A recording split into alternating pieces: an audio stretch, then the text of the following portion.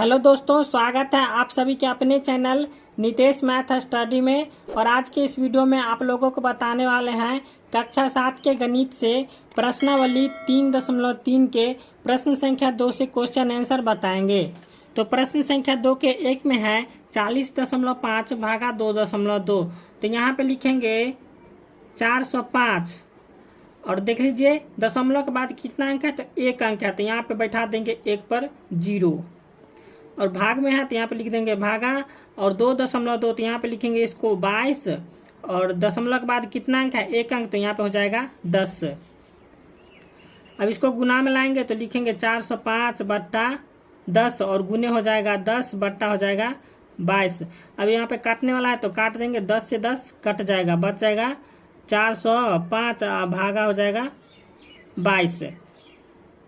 तो 22 से अब 405 में भाग देंगे तो इसका आंसर आ जाएगा 18.409.091। इसे अनंत तक जाएगा। अब प्रश्न संख्या 2 है 40.5 भागा 1000। तो 40.5 तो यहाँ पे लिखेंगे 405 और दशमलव के बाद कितना अंक है, 1 अंक, तो यहाँ पे हो जाएगा 10। और भाग में है तो इसको लिखेंगे भाग में ही लिखेंगे और यहाँ पे हो जाएगा 1000। अब इसको गुना में लाएंगे तो हो जाएगा 405 और बट्टा हो जाएगा 10। अब इसके नीचे 1 लगा देंगे यहाँ पे, तो ये 1 ऊपर चला जाएगा और 1000 नीचे आ जाएगा। अब यहाँ पे कटने वाला नहीं है तो इसको गुना कर देंगे तो हो जाएगा 405 और यहाँ पे 3 जीरो, यहाँ पे 1 जीरो, तो हो जाएगा 1 पर 4 जीरो। अब इसको भाग करेंगे तो इसका आंसर आ जाएगा 0.0405। आप भाग करके देख लीजिएगा, इतना ही आंसर आएगा। अब प्रश्न संख्या 3 है 2.5 भागा 0.5। तो यहाँ पे दशमलव घटा के लिखेंगे 25 और दशमलव के बाद कितना अंक है, 1 अंक, तो यहाँ पे हो जाएगा 10। फिर भाग है तो भाग का चिन्ह देंगे और 0.5 तो दशमलव हटा के लिखेंगे, यहाँ पे हो जाएगा 5 और दशमलव के बाद कितना अंक था, तो 1 अंक है, तो यहाँ पे हो जाएगा 10। अब इसको गुना में लाएंगे तो हो जाएगा 25 बट्टा 10 और भाग है गुना, और यहाँ पे 10 ऊपर चला जाएगा और 5 जो है सो नीचे आ जाएगा। यहाँ से काट देंगे, 10 से 10 कट जाएगा, 5 से 25, तो इसका आंसर आ गया 5। अब प्रश्न संख्या 4 है 8 भागा 0.25। तो 8 और भागा हो जाएगा 0.25 है, तो दशमलव को यहाँ पे छोड़ देंगे तो हो जाएगा 25 और दशमलव के बाद कितना अंक है, 2 अंक, तो यहाँ पे हो जाएगा 100। तो फिर लिखेंगे 8 और गुने में आ जाएगा, अब 100 ऊपर चला जाएगा और 25 जो है सो नीचे आ जाएगा। अब यहाँ पे कटने वाला तो काट देंगे तो हो जाएगा 25 चौके 100। तो इसका आंसर आ जाएगा 8 चौके 32। अब प्रश्न संख्या 5 है 1 भागा 0.25। तो यहाँ पे लिखेंगे 1 और भागा हो जाएगा 0.25 है, तो यहाँ पे दशमलव को हटा देंगे तो हो जाएगा 25 और दशमलव के बाद कितना अंक है, 2 अंक, तो यहाँ पे हो जाएगा 1 पर 2 शून्य। अब फिर लिखेंगे 1 और गुना में आएंगे तो यहाँ पे हो जाएगा गुने और 100 ऊपर और 25 हो जाएगा नीचे। फिर काट देंगे तो हो जाएगा 25 चौके 100। तो यहाँ पे इसका आंसर आ जाएगा 4। प्रश्न संख्या 6 की 0 भागा 0.5। तो जब 0 को हम भाग देंगे 0.5 से तो इसका आंसर आ जाएगा 0। अब प्रश्न संख्या 7 है 0.2 भागा 0.2। तो यहाँ पे लिखेंगे दशमलव को हटा देंगे तो हो जाएगा 2 और दशमलव के बाद कितना अंक, 1 अंक, तो यहाँ पे हो जाएगा 10 और भाग तो भाग तो 0.2। तो फिर यहाँ पे लिखेंगे 2 और दशमलव के बाद कितना अंक है, तो 1 अंक, तो यहाँ पे हो जाएगा फिर 10। अब 2 बट्टा 10 अब गुना में लाएंगे तो 10 ऊपर चला जाएगा और 2 नीचे आ जाएगा, तो यहाँ से 10 से ही कम 10 कट गया और 2 ही कम 2 कट गया, तो यहाँ पे इसका आंसर आ गया 1। तो प्रश्न संख्या 3 है कि एक कपड़े के थान की कुल लंबाई कितना है, 32.50 मीटर है।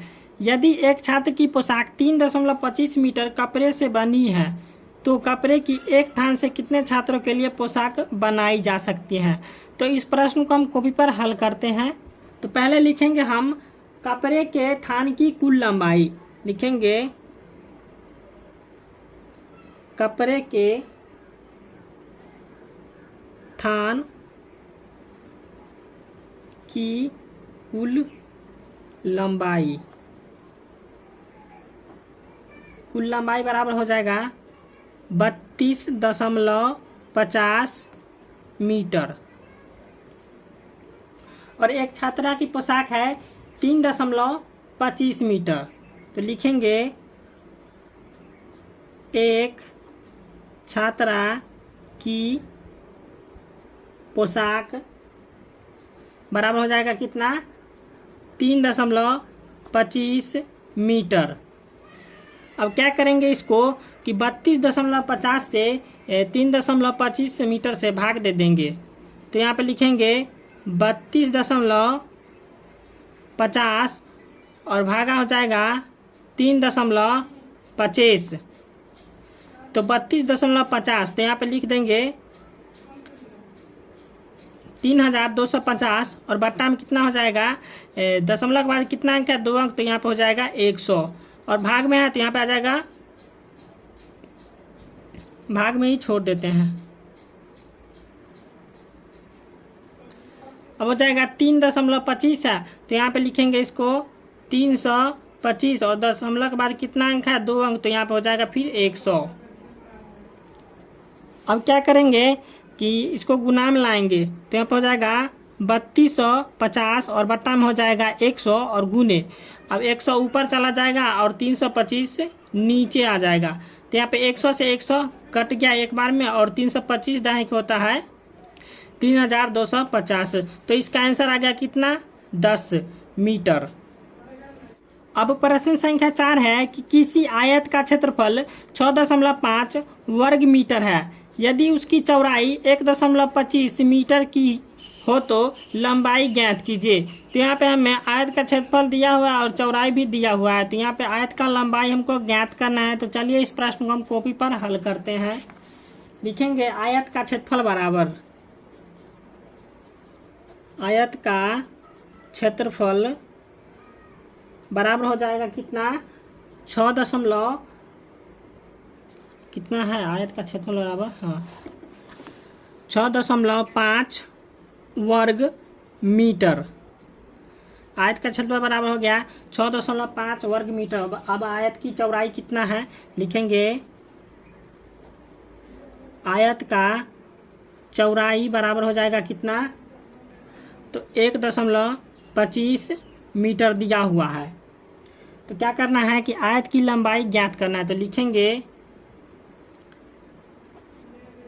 आयत का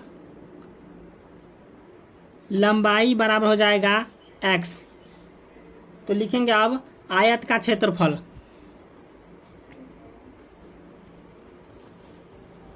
आयत का क्षेत्रफल बराबर हो जाएगा लंबाई गुने चौड़ाई, लंबाई गुने चौड़ाई। तो आयत का क्षेत्रफल कितना है, 6.5 मीटर। वर्ग मीटर में हम यहाँ पे मीटर लिख दिए हैं।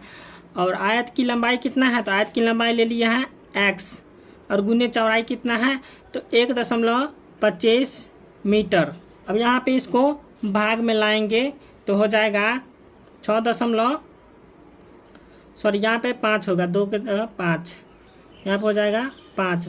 तो 6.5 और भागा हो जाएगा कितना, 1.25 मीटर और बराबर में हो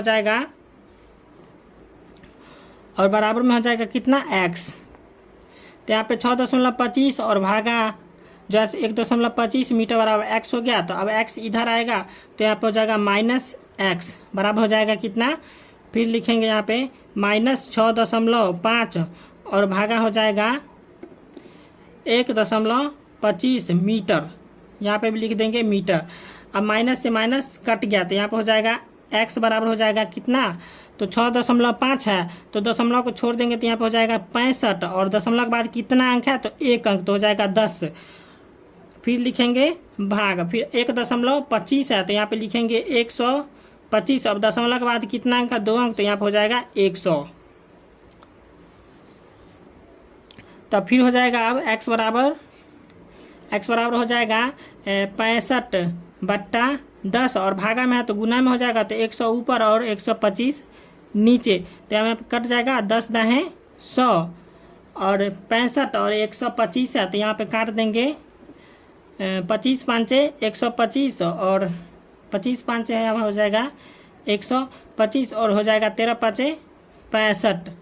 तो अब यहाँ पे कटने वाला है फिर है तो यहाँ पे काट देंगे 2 5 10 और 5 25, तो इसका हो गया 13 दूना 26, लिखेंगे 13 गुने 2 और बट्टा हो जाएगा 5, तो 13 दूना हो गया 26 और बट्टा हो गया 5।